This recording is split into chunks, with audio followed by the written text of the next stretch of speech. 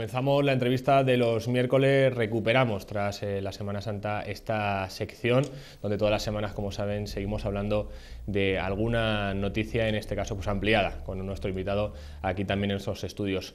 Hoy traemos a una persona que seguramente el apellido le suene, es Javier Couso, activista social, hermano del tristemente desaparecido cámara José Couso en Irak. Lo tenemos aquí porque va a estar, de hecho ha estado en Hellín hoy y ha dado una rueda de prensa y una conferencia en la caseta municipal. Javier, buenas noches. Hola, buenas noches, encantado. Decimos que tristemente vuestro apellido pues va asociado a ese asesinato, ¿no? Vamos a llamarlo como es, de tu hermano hace ya 11 años. Sí, bueno, nos tocó, por desgracia, iniciar esa batalla en la lucha contra la impunidad.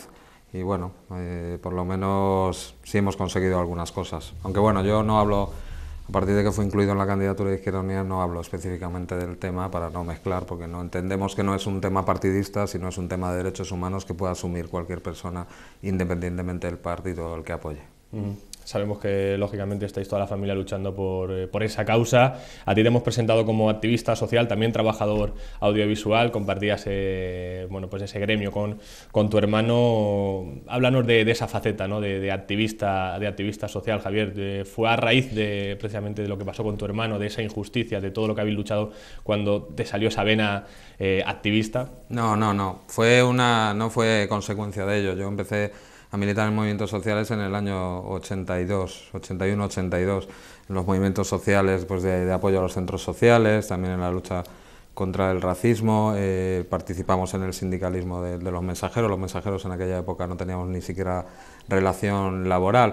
También he estado pues apoyando la solidaridad internacional, o sea, he estado siempre. Lo que pasa es que, claro, cuando pasa algo en tu familia, pues todavía más fuerza. Si ya has estado previamente en la calle como activista social intentando mejorar esta sociedad, pues si ya es una cuestión familiar, pues me tocó dar ese paso. Ahora estamos acostumbrados a ese término, ¿no? El de activista, porque hemos visto que desde hace muchos años, ¿no? Hay muchísima gente que sale a la calle reivindicando pues a lo mejor situaciones que desde la política, desde los altos cargos de la política parece que no saben resolverlos, ¿no? Hay como un desencantamiento, ¿no? de la población en general, de ese activismo social que no encaja con los políticos. ¿Cómo lo ves tú? Bueno, realmente yo creo que el activismo siempre ha existido, el activismo social, el activismo sindical también, porque hay que hablar también de las luchas sindicales, por eso yo me reclamo también del sindicalismo de base. Pero yo creo que sí, hubo un antes y un después, por ejemplo, del 15M, ¿no? Y el 15M, que era una cosa no sé cómo fue como un movimiento telúrico en todo el país, que incluso en el mundo se conoció, con una serie de reivindicaciones muy potentes, luego ha cristalizado y ha llegado al momento de madurar en las marchas del 22 de marzo, las marchas por la dignidad, que reunieron a 1,5 millones de personas en Madrid. Y sobre todo en ese camino pues han surgido movimientos ciudadanos. Yo que vengo de Madrid, las mareas, la marea en defensa de la sanidad, de la educación, ese ejercicio de solidaridad que es la plataforma antidesahucios, pues son ejemplos que nos indican el camino, ¿no? Y fue, como digo yo, un meneo que nos han dado también pues, a los partidos políticos, a los sindicatos, para volver a la senda que debemos estar, que es la calle, ¿no? Entonces, en ese sentido, aprendiendo de los movimientos sociales y aprendiendo de los movimientos sindicales. Muchas veces vemos también que os movéis muy bien, ¿no? Los activistas o la gente se mueve muy bien en la calle, ¿no? Protestando. Hay otro sector que siempre está diciendo que no se consigue nada en la calle, siempre está esa duda. Lo que es indudable es que sí que es verdad que con muchas protestas se han conseguido cosas, como se han podido ver, que el gobierno cambie o modifique incluso algunas normas, pero también es cierto que está el otro lado, ¿no? Que el gobierno intenta endurecer esas protestas. Vemos también que incluso en Madrid se estaba viendo la posibilidad de hacer un manifestódromo, no lo sé, son cosas que a lo mejor hace unos años eran impensables. No, pero en primer lugar es mentira, porque la sociedad, además, si tú lo estudias o lo estudia cualquier persona, ha avanzado gracias a esas movilizaciones. La democracia llegó por una movilización Hay que recordar el proceso 1001, Marcelino Camacho, los sindicalistas encarcelados, incluso torturados, para tener un régimen de libertades. No llegó porque nos lo legaran del cielo, ¿no? Llegó en base a una lucha, si no hubiera continuado la dictadura, quizás con otro señor. La lucha por los derechos civiles de los negros, cuando una señora que se llamaba Rosa Parks se sentó en un asiento reservado para blancos. La lucha es la que cambia, lo que pasa es que luego también tiene que ir acompañado de la lucha política. Yo estoy espeluznado con lo que pretende hacer el Partido Popular y ese ministro Gallardón, que nos vendieron como otra cosa y de repente tiene una contrarreforma judicial que afecta a 14 aspectos. En uno de ellos tú lo has dicho, la ley Mordaza, o sea, se intenta cercenar la democracia. Ya el Poder Judicial ha expresado sus reservas sobre esa ley, porque es una ley que a mi juicio es antidemocrática, pero si la Constitución dice que incluso el derecho de manifestación solo debe ser comunicado y no autorizado, ¿no? Entonces, en ese sentido, un retroceso terrible justo cuando la sociedad está despertando y de una manera pacífica. El otro día daban los datos los sindicatos policiales, de las miles de manifestaciones, solo 14 han tenido algún hecho violento. Por lo tanto, esa alarma social que está creando, yo lo que creo es que pretende la desmovilización. Primero, decir que no sirve para nada y, en segundo lugar, tildarnos a todos pues, de antidemócratas y de violentas cuando ese señor está mintiendo. Recuerdo precisamente las movilizaciones también que fueron muy numerosas, de las más numerosas que recordamos en el país, precisamente con la guerra de Irak, ¿no? Cuando entró España en la guerra de Irak, que José Saramago decía una frase que entró a la historia, que era que aparte de la superpotencia en Estados Unidos, la segunda superpotencia era la calle. Yo no sé si sigues teniendo esa fuerza la calle, porque sabemos que los héroes suelen salir de ahí, ¿no? Es raro que veamos un político que se convierte en un héroe para la población, pero sí que es verdad que muchos activistas que han estado ahí luchando cada uno por sus causas ahora están fuertemente reconocidos a nivel social. Sí, yo creo que sigue existiendo, en la calle cada día más se está demostrando, hay una conflictividad social no gratuita, motivada por una serie de políticas tanto en nuestro país como en Europa que están prácticamente convirtiendo este país en un país en vías de subdesarrollo, ¿no? Entonces yo creo que en ese sentido, por eso la gente que estamos en la política o la gente que está en las instituciones, por eso yo decía antes, se debe a la calle y la calle debe trasladar sus reivindicaciones a las instituciones, ¿no? Por eso ese maridaje para mí es perfecto, porque al político o a la política le recuerda de dónde viene y luego la gente exige en la calle de manera democrática, como recoge nuestra Constitución y nuestro ordenamiento democrático, pues aquellas cosas que no se le están cumpliendo, ¿no? Yo estoy pues tratando de expresar mi opinión, porque hay se está vendiendo como si fuera la corrupción el ADN político, se está intentando convertir el ejercicio de la política en algo como en Estados Unidos, denostado, pero que solo hacen los políticos. No, yo reivindico que ese ADN de la corrupción está en el gran bipartido, en el Partido Popular, en el PSOE, en esos grandes partidos, pero yo pertenezco a una formación que afortunadamente tiene muy poquitos casos y cuando los tiene toda la formación exige que la justicia intervenga, o sea que no todos los políticos son iguales. Que te conocemos, estás el séptimo en la lista para entrar a Europa, ¿no? a las listas, vamos, como diputado europeo. Si se cumplen las estadísticas, las encuestas, estarás allí en Europa, te convertirás en un político más. No sé si mucha gente os echa en cara eso, ¿no? que echáis en cara a los políticos, precisamente, que solo buscan los votos, solo buscan favorecer a su partido. Ahora tú te vas a convertir en uno de ellos, aunque siempre nos dices que precisamente la corrupción no está en la clase política en general, ¿no? Sí, bueno, además a mí no me gusta el término de clase política que se ha popularizado, que lo utilizaba el fascismo italiano y el fascismo español. Yo creo que existen políticos, no una clase. Pero bueno, para mí lo importante es si se cumplen lo que has dicho tú, las encuestas. Es verdad, hay un crecimiento. Yo creo que puede ser el principio de un ciclo del fin del bipartidismo, porque la gente está harta. De hecho, en Europa, Partido Popular y PSOE votan 3 de cada 4 veces igual en Europa y sobre todo en las políticas económicas que están endeudando y están empobreciendo y desindustrializando este país. No, yo si he venido a la izquierda plural no es porque los políticos son iguales, ni voy a ser un político más. De hecho, nosotros por la 10ª Asamblea en Izquierda Unida se limitaron los sueldos de los cargos públicos a 3 veces el salario mínimo interprofesional y 4 veces con gastos, ¿no? A ver qué político o política de otro partido puede decir eso. Pues claro que somos diferentes y claro que nosotros hacemos un ejercicio apegado a la calle. Yo no voy a ser uno más. O sea, Yo, como he dicho antes, mi representación, y como decía, hace poco hemos cumplido el 25 de abril el aniversario de la Revolución de los Claveles, decía Seca Afonso en la canción que fue la que lanzó esa movilización militar contra la dictadura: o povo que máis ordena, el pueblo es el que ordena. Entonces, no es cierto que todos seamos iguales y no es cierto que vamos a actuar de la misma manera, ni siquiera en nuestros sueldos. Nosotros nos recortamos nuestros sueldos frente a los otros políticos que no se recortan sus sueldos, ¿no? Hay diferencias. De todas formas, supongo, Javier, también que encontraréis dentro del activismo gente que es más radical en este sentido y no quiere saber nada de la política, ¿no? Ni siquiera de Izquierda Unida, aunque sabemos que sí que es verdad que sois los que a lo mejor habéis cogido más ese desencanto de la gente, de la calle, todas esas críticas sociales, pero hay gente que sigue muy reacia, ¿no?, a que los políticos puedan solucionar los problemas que tenemos. Pero bueno, es la diversidad de la sociedad y un respeto. Además, yo vengo... mi militancia juvenil fue en el movimiento libertario. Nosotros tenemos una tradición en nuestro país de sindicalismo, anarcosindicalismo, muy potente en el principio del siglo XX, con grandes ministros, incluso Joan Peiró, ministro de Industria, García Oliver, ministro de Justicia, uno de los mejores, o Federica Monseni. Entonces, respeto absoluto a todas las opciones políticas. O sea, yo puedo estar equivocado, la gente no tengo ningún problema. Al revés, esa diversidad yo creo que nutre a la sociedad y la hace mejor. Ahora entraremos en esos asuntos pendientes también, lógicamente, que se tienen que debatir, en este caso en Europa, o que tenéis que debatir, si en el caso de que tuvieras que marcharte allá a Bruselas dentro de unas semanas, pero sabemos que también aquí en España, ¿no?, se están haciendo leyes.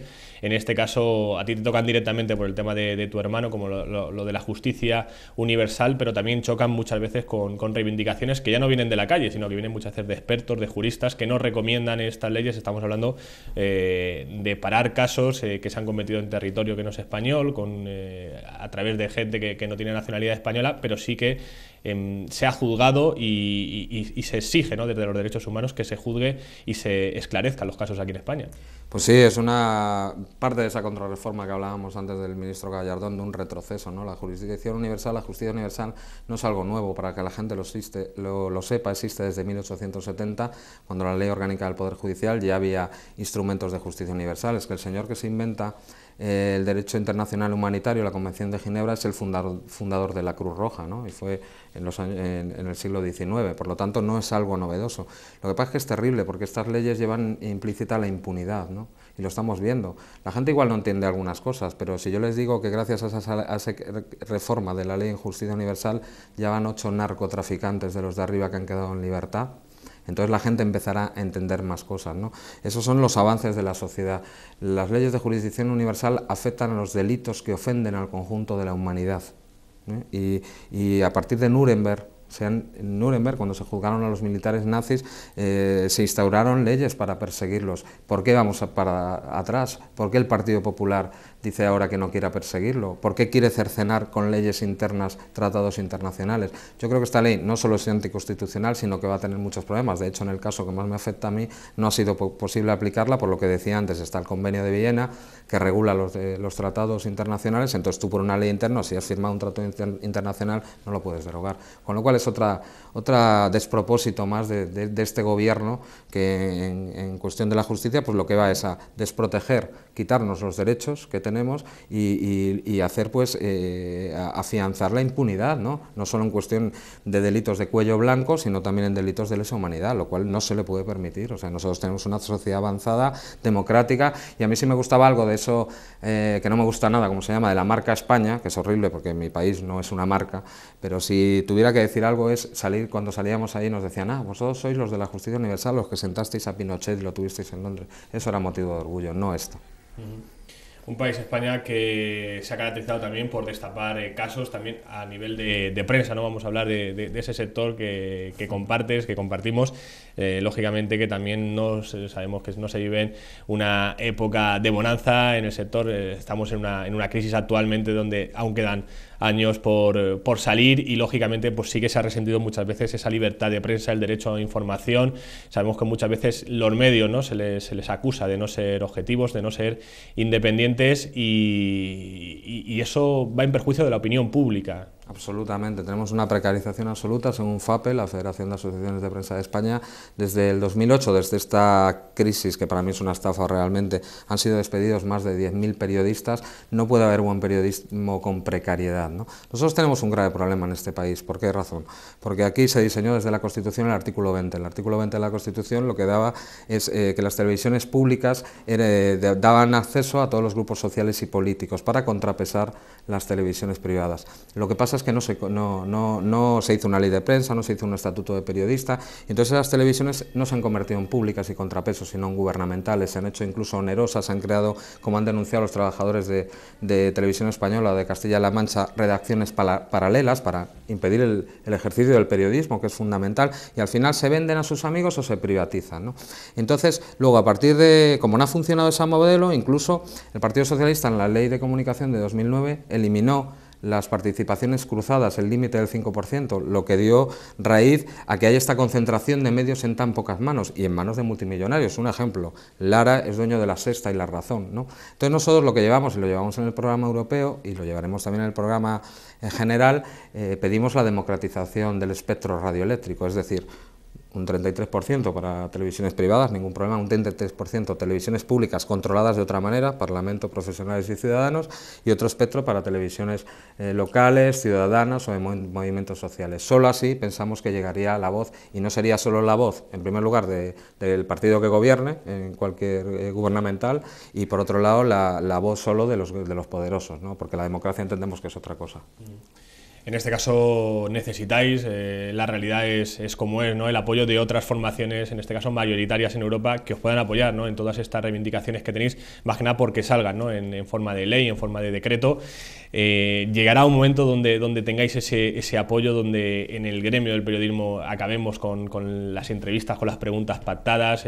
Nosotros, lógicamente, lo hemos vivido, igual que lo viven otros medios, que tienes que hacer una entrevista a una persona, a un político, y te piden, ¿no? Primero las preguntas que le vas a hacer para ver si son convenientes o no. También hemos visto comparecencias donde no se aceptan preguntas de los periodistas. Todo eso puede acabar, debe acabar. Me parece inaceptable, inaceptable absolutamente, y es la degradación absoluta del ejercicio del periodismo. Los periodistas no podemos ser un gabinete de comunicación, somos periodistas, para eso nos enseñan en las facultades y para eso aprendemos que tenemos que ser el pepito grillo del poder. Entonces, yo me enfado con las asociaciones de prensa y con las grandes cadenas que no ponen coto a eso, ¿no? Porque ante la precarización yo entiendo también a los periodistas, ¿no? Hombre, me gustaría que hubiera movilización y sindicalización más grande en la prensa para que se opusieran a esto, pero si las empresas no deberían tolerar esto, ¿no? Pero tú, como dices, claro, en Europa, lo decía Lolo Rico, que era la primera directora de televisión mujer que hubo en España, ¿no?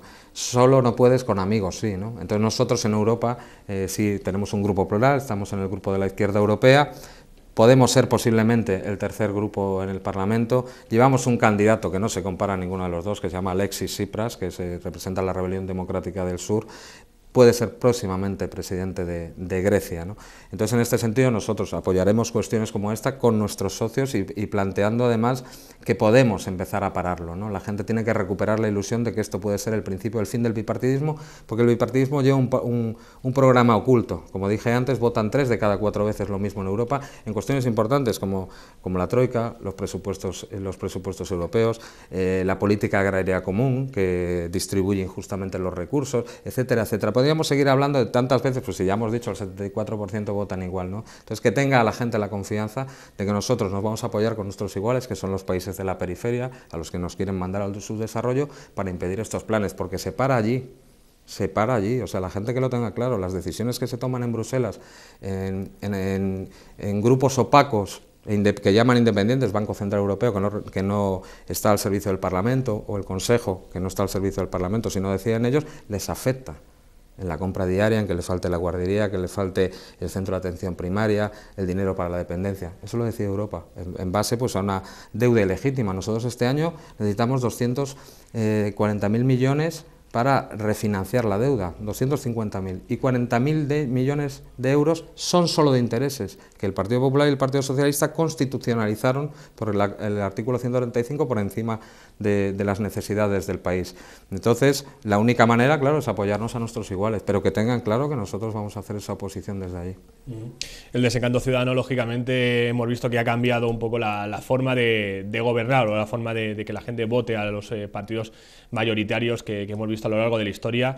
Hay un fenómeno que, aparte de que el activismo social, la izquierda social, está ganando votos, eso es algo indudable que se ve en las encuestas, se está viendo en las últimas elecciones que se realizan por Europa, un fenómeno que a lo mejor en España no lo estamos viviendo tan de cerca, pero sí que es indudable que en muchos países y en Europa, lógicamente lo vamos a ir, que es también el avance de la ultraderecha, de los euroescépticos, de la gente que tiene ese patriotismo muchas veces excesivo. ¿Cómo vivís vosotros desde justamente, yo creo que el lado más contrario a lo que reivindicáis vosotros? Es un problema terrible y nos preocupa sobremanera, pero es un problema que viene producido por la desafección ciudadana de una Europa que se vendió como solución a todos los problemas y realmente luego ha sido la causa de todos los problemas. Europa como construcción de la Unión Europea a partir del Tratado de Maastricht. Entonces, la gente mira a otros lados y hay formaciones políticas que están intentando volver a ese Estado-nación cerrado, echándole la culpa a los inmigrantes. No, nosotros decimos que esa no es la salida, pero la salida tampoco es una Europa desigual, una Europa de un núcleo alemán y varios países que todos los demás giramos a su alrededor. Entonces esos discursos son muy fáciles. Nosotros decimos lo contrario, nosotros queremos una Europa federal de estados soberanos iguales y que trabajen unos para otros, no que trabajemos Alemania con superávit en la balanza de pagos, colocándonos sus productos, nosotros comprándoles y nosotros sin industria, porque tenemos una industria que ha desaparecido. Una agricultura que ha desaparecido, una pesca residual. Teníamos solo dos patas que nos había dejado la Unión Europea, que era la especulación inmobiliaria, o sea, el ladrillo, y el turismo. Nos dimos un tiro en el pie y vamos cojos, porque ahora es el turismo. No puede vivir un país así. Me daban los datos de la EPA del otro día, son terribles, de ayer. Los datos de aquí, de esta provincia de paro, el 30 y pico %, superior a toda la media europea, cuando está en Europa, en los países del núcleo, está en torno al 5 o al 10%, y nosotros estamos superándolo, ¿no? Entonces, en ese sentido, para combatir la ultraderecha y el fascismo y no volver a que aquí hubo una guerra con muchos millones de muertos, lo que tenemos que hacer es convertir esa Europa en una Europa social y una Europa solidaria, no en una Europa que gira en torno a esa especie de Europa alemana, otra vez Alemania y todos los demás alrededor, ¿no? Lógicamente son asuntos pendientes que hay para esclarecer en Europa. Danos unas líneas maestras antes de terminar la entrevista, Javier, de lo que pedís desde Izquierda Unida. ¿Con qué vais a Europa ahora mismo? ¿Qué pedís al ciudadano? Sintetizando, pedimos la democratización de la Unión Europea, lo que decía, que el Parlamento Europeo tenga su peso real y que el voto del ciudadano se exprese no en áreas que no sabemos quién, o en organismos independientes que nombran no se sabe quién, más bien los poderes financieros. Necesitamos un Banco Central Europeo que funcione respaldando a los países y no yendo a los mercados para financiar la deuda, sino para financiar planes. Pedimos planes de choque por el empleo, por ejemplo, dedicar el 3% del Producto Interior Bruto de la Unión Europea durante 10 años, el plan que tiene la Confederación Europea de Sindicatos de crear 11 millones de empleo, reindustrializar el país, hacer consorcios públicos europeos. O sea, pedimos tantas cosas, acabar con los paraísos fiscales, 14 hay en la Unión Europea. 1 billón de euros al año se pierden en los paraísos fiscales, esos que llevan la banderita de España y tienen el corazón en Suiza. Bueno, son una serie de medidas, un plan de choque contra la pobreza y contra la exclusión.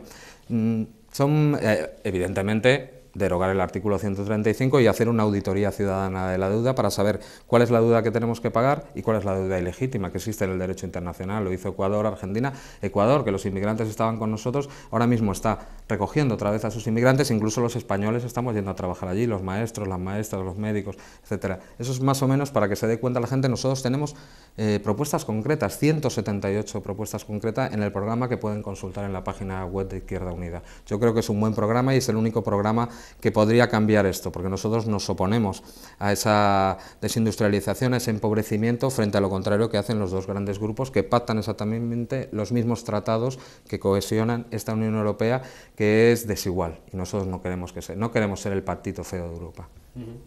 Lógicamente, hablando durante toda esta entrevista, el tema de la justicia también sale a colación en prácticamente todos los asuntos, ¿no? ¿Cómo veis el tema también que mucha gente ha perdido también sabemos que el político está en muchos pasos, ¿no? Muchas veces ciertos políticos, ¿no? Sobre todo que sale del PSOE, el del PP, muy alejado de la calle, pero es que también vemos que la justicia, ¿no? se está alejando. ¿Cómo veis los poderes, esa separación de poderes ejecutivo, legislativo y judicial, que mucha gente incluso está poniendo en duda de que esa separación de poderes sea real en España? Había una sentencia recientemente que me afecta cercanamente sobre jurisdicción universal, que decía que el juez tiene que cumplir esa función jurisdiccional que le otorga la Constitución de controlar a los poderes públicos, de hecho en la separación de poderes al legislativo. En ese sentido, pues pensamos que la justicia debe actuar de otra manera y debe ser inflexible con la gente que mete la mano en la caja, ¿no? Entonces, en ese sentido, parece que hay que enseñarle al Partido Popular que no tiene mayoría absolutista, tiene mayoría absoluta y la separación de poderes existe, ¿no? Entonces hay que apoyar a la justicia y que la justicia dirima de una vez todas estas cosas. Lo que pasa es que hay grandes diferencias. Yo ahora estoy viendo en juicios donde están sentados pues gente que ha hecho cosas y no ha entrado en prisión todavía, por ejemplo, nadie por las preferentes, o etcétera, etcétera. Entonces, en ese sentido, la ciudadanía reclama que la justicia sea igual con los cargos públicos que con la gente en la calle, ¿no? Y no es así. Pues hay que cambiarlo y hay que despolitizar en ese sentido, me refiero más que con política a los partidos, ¿no? O sea, de que no tenga ese control gubernamental sobre la justicia. La justicia debe ejercer esa separación de poderes, esa función jurisdiccional que debe tener, y es impartir justicia, pero igual para todos, y parece ser que no está siendo igual para todos. Control gubernamental, y nos viene a la mente una palabra concreta que también está muy de moda, el indulto. ¿Estáis a favor, en contra de los indultos en ciertos casos? El indulto es una prerrogativa de los gobiernos, no me gusta mucho, y sobre todo lo que menos me gusta es, por ejemplo, veo que el Partido Socialista acaba la última legislatura indultando a un banquero, el Partido Popular inicia la legislatura indultando por segunda vez a unos mossos de escuadra acusados de tortura. El indulto no es para mancillar el Estado de Derecho, es justo para lo contrario, para corregir algunos defectos que haya tenido el Estado de Derecho. Entonces, el uso de los indultos para favorecer a sus amigotes me parece indignante. Como ciudadano de a pie me parece absolutamente indignante, por muy banquero que sea, si ha robado, si ha traficado o si haya hecho lo que haya hecho, tiene que ir a la cárcel y no se le puede indultar, no se le puede corregir en ese sentido, en delitos de corrupción tan grave, la función que han hecho los jueces. Javier Couso, activista social y candidato de Izquierda Unida, que lo estamos presentando, o que se presenta desde Izquierda Unida, lo estamos presentando, queremos decir, aquí en el plató de televisión Ellín. Has estado hoy en Ellín, pero sabemos que bueno, pues prácticamente estás recorriendo toda España, ¿no? Creo que vienes de Murcia, ahora vas a Albacete. Mañana a Madrid, pasado Galicia, sí, así es la precampaña. ¿Cómo te sientes dando mítines? No, me siento feliz de transmitir pues el programa que tenemos, un programa inclusivo. Hemos tardado 7 meses en elaborarlo, han participado cerca de 800 personas y estoy feliz, claro, cuando ves que tu programa es bueno, pues, y como tenemos el boicot de los grandes medios de comunicación, no de televisiones locales como estas, en televisiones locales, medios locales y regionales está funcionando, pues hay que llevarlo, venir aquí, hablarlo boca a boca y estar en contacto con los ciudadanos, que al final son a los que debo servir. Feliz.